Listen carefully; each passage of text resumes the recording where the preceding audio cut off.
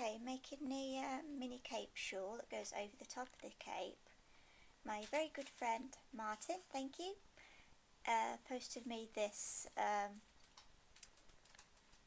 information and some handy pattern pieces. It's a wee bit short and it did need some alteration, and obviously the collar's all wrong, so we'll go over that in a minute. I will also include the link to this website on my website by clicking the link in the video description.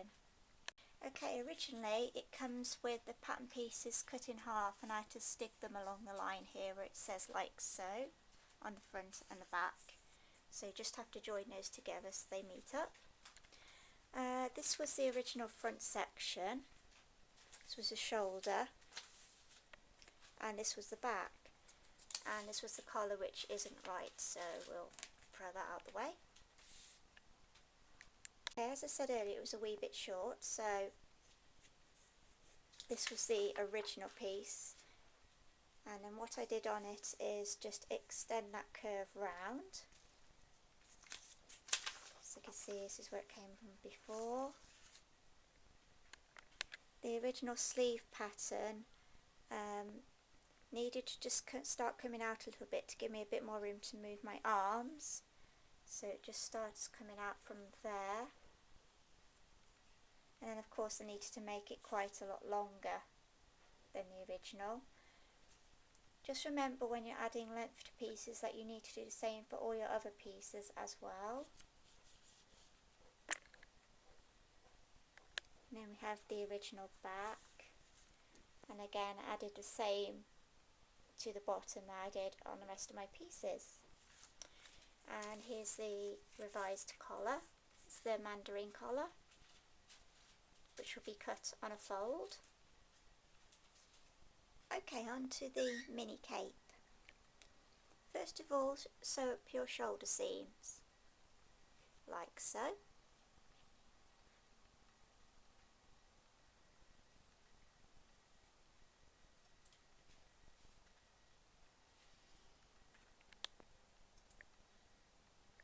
Next, take your sleeve piece, and you can just see here we've run a little gathering stitch across the top, just to there.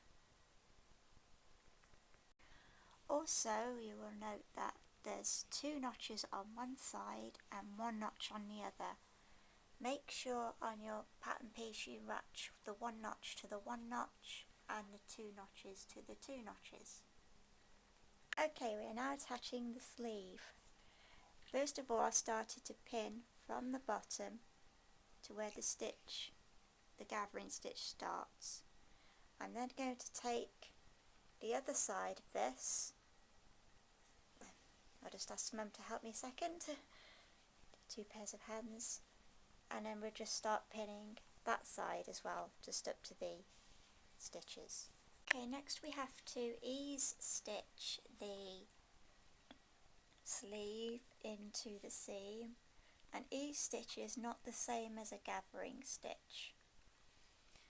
Take one of the threads from your gathering stitch and pull some gathers into your sleeve to start, and an ease stitch is just basically almost a flat gather. You don't want any puckers in it, but as you can see, it has put a slight pull on your material.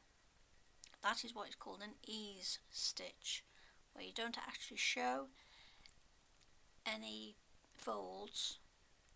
It just pulls the fabric together very gently, and then this will be fitted into your sleeve opening.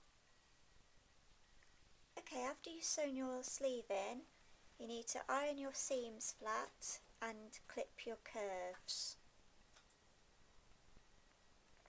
And it should now look like this at this stage.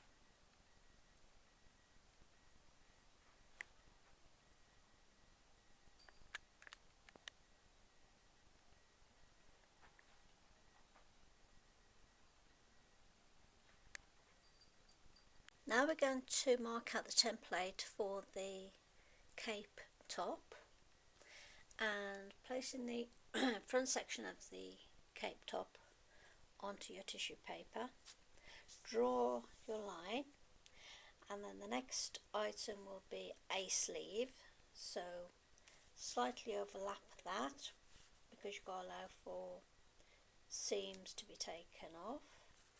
So follow that round, and the next one to be done is the back, and I've gone as far as the centre back. Now I've got to take all the patterns, turn them over and carry on with the curves, doing the back, then a sleeve, and then the front section. I might have to do this in 2 parts, depends how much felt I've got available. If I can't do it in a whole section, then I shall have to divide it down the centre back. And using my curve template, I then did exactly the same again, and this will be the section that is going to be cut out and put onto the felt. I decided to do the trim in 2 halves because I didn't have enough felt to do it in one. So pin on your templates and cut it out. Sewing the edging around the small cape, it's just a single zigzag stitch, which most machines should have, and the settings I'm using are make the stitch as wide as possible. Then for the length I've got it at 3.5, and I've set my dial to zigzag stitch. This is how the toggles are going to be sewn on. First of all, they're tacked onto the edge of the cape, and the zigzag sewing stitch is just on the inside, and all the toggles have to point inwards. And just to make sure that I'm not going to catch any of them in the lining when I put the lining on, I just catch stitched them all down out of the way, just to be on the safe side. Okay, next you'll want to start putting your lining pieces if you're lining your cape. Exactly the same way as we've just done the outer fabric. Next step is to pin the liner onto the top of the cape, making sure that you put right side to right side. And what you're aiming to do when you place your pins is to just miss the edging of the tassels. You want to sew just on the other side of the tassel. So using your fingers to feel through, place some pins or tack where you can just feel the edge of the toggle strip, and you want to be sewing just to this side of it, and hopefully we'll do it first time. Well, that went quite well. I had to go over 1 or 2 places where I hadn't quite gone far enough up, but it seems to have worked out quite well. So what I'm going to do now is turn it back to the inside.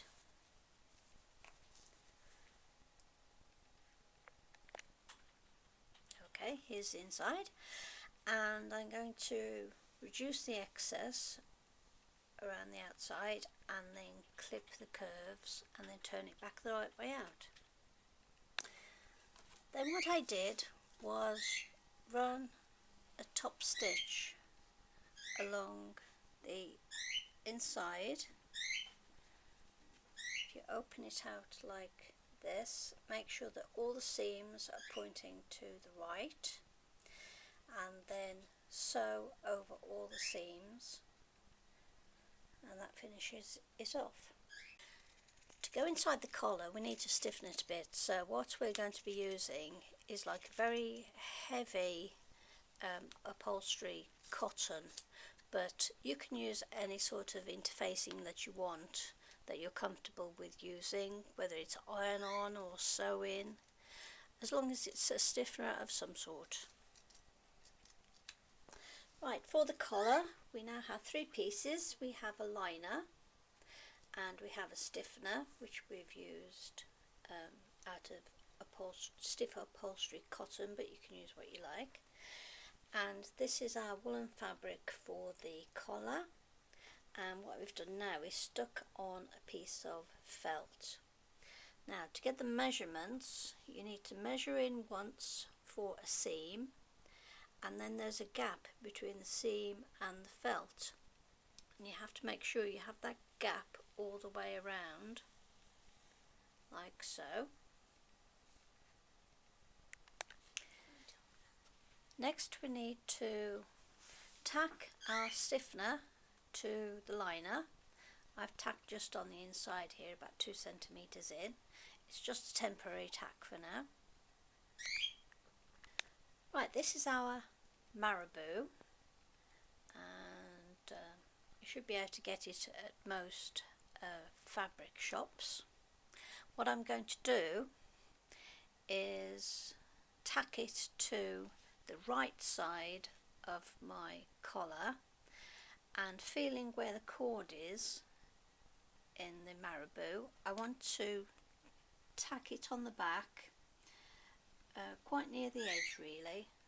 So what I will do is just leave a couple of centimetres over,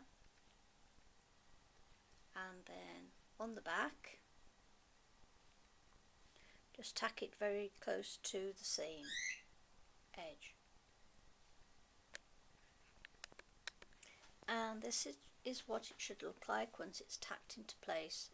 This is the back of the collar, and I'll just turn it over for you so you can see what the front looks like at the moment.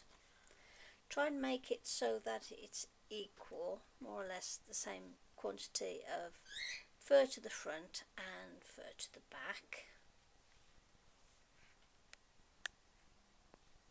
Now with the liner and the stiffener, the liner side down, we're now going to sandwich that fur.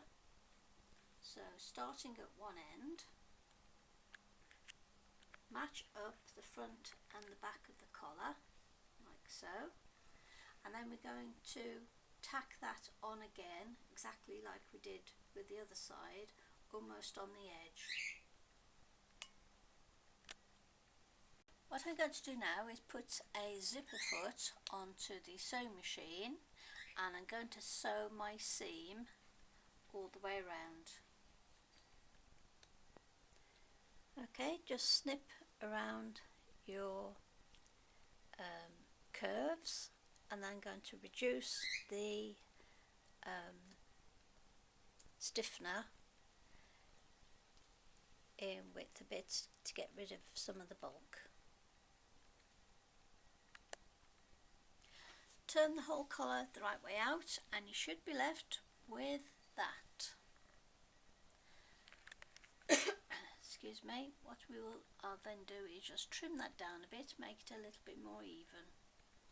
Now we have to connect the small cape with the large cape at the neck facing, and as I said before, the larger cape doesn't go all the way round to the front of the opening, it only goes as far as the shoulder. So I've pinned and tacked through the large cape, and also attached it to the lining only of the small cape, if you can understand that. I'm now going to just sew that in permanently on the sewing machine. Okay, just to show you what it should look like, this is the top of the cape, and then we have the large cape, and now that is sewn down with the cape lining, the cape fabric, and then just the lining of the outer cape. Don't sew that at all. we're now going to put the collar onto the small cape, and where you have your seam of your collar, it has to match up with the seam of your cape. So if you open that up a little bit, right, so if you open up your collar so you can see your stitching, that needs to line up with the edge of your cape, like so. Just put a pin in that. Pin your collar to the fabric of your cape all the way across, so that when you turn the collar the right way out, it should now be attached to your upper cape and finish right on the edge.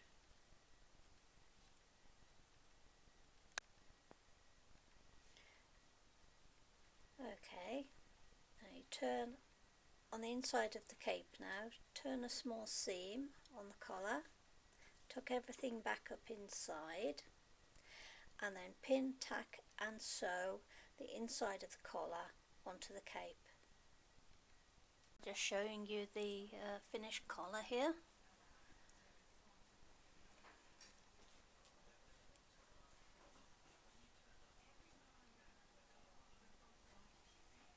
Next thing we're going to do is, as well as put a clasp on the cape to close it up, we're just also going to put an additional hook and eye on the back, just to take off any pull from the cape when it's being worn.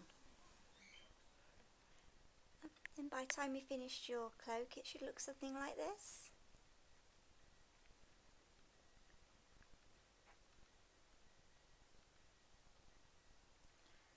I bought these clasps off eBay, they came from the USA.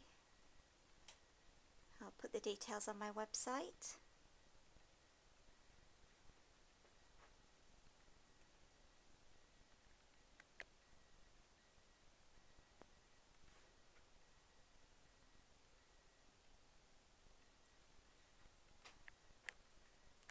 That more or less finishes the costume.